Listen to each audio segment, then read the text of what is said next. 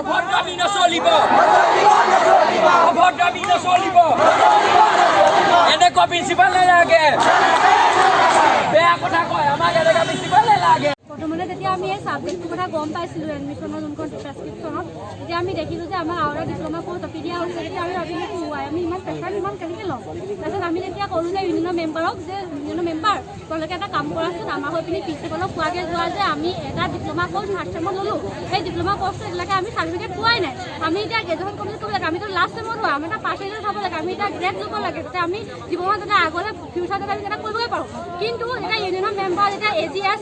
বিবেক সি যেতিয়া গ'ল এতিয়া তেওঁক কোৱা হয় যে তই কোন তই প্ৰশাসন নেকি তই মোক শিকাবি নেকি সেইদিনাখনি আমি শান্ত হৈ দিলোঁ গুচি গ'লোঁ ঘৰলৈ পাছদিনাখনি আকৌ আমি আহিলোঁ আহি পিনি আকৌ সি ক'বলৈ গ'ল সেইদিনাখনি আমি কি কৰিলোঁ ৰাতি গ্ৰুপ এটা খুলিলোঁ গ্ৰুপ খুলি পিনি আমি সকলো নিজৰ সহমন্ত্ৰীয়ে সেই গ্ৰুপটোত আমি এডমিট হ'লোঁ কথা বতৰা পাতিলোঁ আলোচনা কৰিলোঁ আমি ভাবিলোঁ কি অহিংসাৰে শান্তিৰে আমি আন্দোলন কৰিম আমি কি কৰিলোঁ বিবেক আকৌ পঠালোঁ প্ৰিন্সিপালে এতিয়া ক'লে যে তোক চৰ মাৰি মানে ক'বলৈ বেয়া লাগিছে মানে আমি ভবা নাছিলোঁ আমাৰ প্ৰিন্সিপাল ইমান বেয়া হ'ব বুলি মানে ক'বলৈ একো ভাষা নাই মানে কি বুলি কৈ দিছোঁ মই আপোনালোকক তেওঁ ক'লে যে তোক মই চৰ দিম তই কোন হয় তই সিহঁতৰ হয় মাজতে অধিকাৰত পালি তই সিহঁতক ভক্তাছ তই ইয়াত পলিটিক্স কৰিবলৈ আহিছ এনেকুৱা বেয়া বেয়া ৱৰ্ড ক'লে সেইদিনাখনি আমি কি কৰিলোঁ ইমানখিনি ল'ৰাটোক কোৱাৰ কাৰণে আহিলোঁ কি নাই ল'ৰাটোৱে আমাৰ কাৰণে ইমানখিনি কৰিছে আজি আমি কিবা এটা কৰিব লাগিব আমি কাৰণ তাক কৰিবলৈ কৈছোঁ কাৰণ সি আমাৰ কাৰণে কৈছে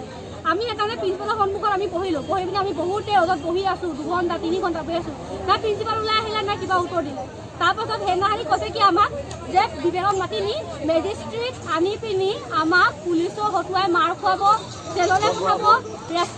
আমাক ৰেষ্টিকেট কৰি দিব কলেজৰ পৰা উলিয়াই দিব বিবেকক ৰেষ্টিকেট কৰি দিব সেই বুলি ক'লে সেইদিনাখনি আমি ভাবিলোঁ কি নাই আৰু এদিন সময় আছে আমি যাওঁগৈ আমি কাৰণ ষ্টুডেণ্ট হয় আমি নিবিচাৰোঁ আমাৰ কলেজৰ সন্মানটো বেয়া হোৱাটো আমি নিবিচাৰোঁ প্ৰিন্সিপালৰ সন্মান বেয়া হোৱাটো আমি ঘৰলৈ গুচি গ'লোঁ আজি আমি আহিলোঁ আজি আকৌ তেহেঁতক মাতি নি তাক আজি মানে প্ৰিন্সিপালে সীমা চেৰাই দিলে তেওঁ আজি কি কৰিলে সেই বিবেক নামৰ ল'ৰাজনৰ পিতৃ মাতৃলৈ ফোন কৰিলে পিতৃ মাতৃলৈ ফোন কৰি পিনি পিতৃ মাতৃক মেণ্টেলি হেৰেছমেণ্ট কৰিছে নিজৰ ল'ৰাটোৰ বিষয়ে বেয়াকৈ কৈ পিনি পিতৃ মাতৃক হেৰেছমেণ্ট কৰিছে লগতে ইয়াক মেণ্টেলি হেৰেছমেণ্ট কৰিছে এনেকুৱা হেৰেছমেণ্ট কৰিছে ৰাতি শুব পৰা নাই দিনে ৰাতি এটা চিন্তা কৰি আছে যে মই সিহঁতৰ কাৰণে মাত মাতিলোঁ হয় সিহঁতে যদি মোকা খোয়া কৰি দিয়ে তেওঁ কৈছে ইয়াক যে মাত কেনেকৈ মাতিব পাৰিছোঁ আমি কেলৈ মাত মাতিম আমি মানে মাত মাতিব নোৱাৰোঁ আমি মানে পুতলা ৰকম তেওঁৰ কথা শুনিব লাগে মুঠতে এটাই কথা এনেকুৱা অশ্লীল ভাষা কোৱা বেয়া শব্দ ব্যৱহাৰ কৰা ষ্টুডেণ্টৰ অনুভূতি বুজি নোপোৱা এনেকুৱা এজন প্ৰিন্সিপাল আমাক নালাগে এই প্ৰিন্সিপালজনক এই কলেজখনৰ পৰা পদ ত্যাগ কৰিব লাগে আৰু দ্বিতীয়টো কথা হ'ল এওঁ যোনজন বিবেক হয় আমাৰ AGS ইউনিয়নৰ মেম্বাৰ হয় এওঁ আমাৰ সৈতে মাত মাতিছিলে এওঁক সেইকাৰণে পদৰ পৰা উলিয়াই দিয়া হৈছে আমি বিচাৰোঁ প্ৰিন্সিপালে ক্ষমা খুজি সন্মানে এওঁ পদ গৌৰৱান্বিত আমাৰ মহাবিদ্যালয়ত চাৰ্টিফিকেট কোৰ্চৰ বিভিন্ন ধৰণৰ চাৰ্টিফিকেট কোৰ্চ আছে যেনে piggery fishery horticulture food processing electrician হয় আমি গৌৰৱান্বিত এনে বহু বেলেগ মহাবিদ্যালয়ত এনেকুৱা চাৰ্টিফিকেট কোৰ্চ দেখা নাযায় কিন্তু আমি থাৰ্ড চেমত আমাক চাৰ্টিফিকেট কোৰ্চ বাধ্যতামূলক কৰিছিলে কিছুমান কোৰ্চ ছমহীয়া কিছুমান কোৰ্চ এবছৰীয়া কিছুমান কোৰ্চ 2 বছৰীয়া আমি সকলো থাৰ্ড চেমত পঢ়ি থাকোঁতে এটা ছাবজেক্ট চাৰ্টিফিকেট কোৰ্চ লৈছিলোঁ আৰু এতিয়া সেই 5th চেম পালোহি আৰু 5th চেমত আমাৰ যিখিনি 2 বছৰীয়া কোৰ্চ আছিলে আৰু যিখিনি এবছৰীয়া কোৰ্চ আছিলে সেই কোৰ্চ আমাৰ এতিয়ালৈকে হোৱা নাই আৰু আমি এডমিশ্যন লৈ আছোঁ আকৌ আমি 5th চেমত আকৌ এতিয়া আমাক হৰ্টিকালচাৰ নামৰ এটা হৰ্টিকালচাৰ ছাবজেক্টটো আমাক আকৌ বাধ্যতামূলক কৰিছে আমাৰ অতিৰিক্ত পাঠ্যক্ৰমৰ বুজা সৃষ্টি হৈছে সকলোৰে আমি ডিগ্ৰী কৰিম নে আমি আকৌ চাৰ্টিফিকেট কোৰ্চে কৰিম হয় আমি এটা ল'ব পাৰোঁ আমি এবাৰহে ল'ব পাৰোঁ আমি দুবাৰ ল'ম নি সেয়েহে আজি সকলো ইয়াত আছে আৰু কালি গোটেই ছাত্ৰ ছাত্ৰীসকলে ছাত্ৰ একতা সভাক এখন স্মাৰক পত্ৰ দিছিলে যিখন স্মাৰক পত্ৰত যে স্পষ্টভাৱে লিখা আছিলে যে হৰ্টিকালচাৰ বিষয়টো হয় ইছ্যু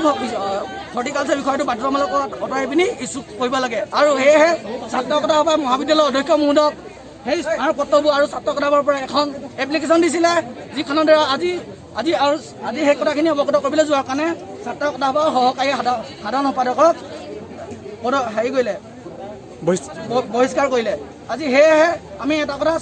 প্ৰশাসনক ক'ব বিচাৰিছোঁ যে ছাত্ৰ একতা সভাৰ সহকাৰী সাধাৰণ সম্পাদক কোনো কাৰণতে পদত্যাগ মানে বহিষ্কাৰ কৰিব নোৱাৰে আমাৰ সকলোৱে স্পষ্ট কথা যে হৰ্টিকালচাৰ বিষয়টো অপশ্যনেল ৰাখক কোৱা ষ্টুডেণ্টছ ইউনিয়নক কৈছে যে ষ্টুডেণ্টক পুলিচ মাতি পিনে মাৰি ৰঙা বগা কৰিম আমি অকল কৈছোঁ যে অপশ্যনেল কৰি দিয়ক আমাৰ ল'বলৈ মন নাই আমাক কৈছে যে পুলিচ মাতি পিনে আমি মাৰি মাৰি তহঁতক ৰঙা বগা কৰিম ইয়াত মই ডিচিক মাতিম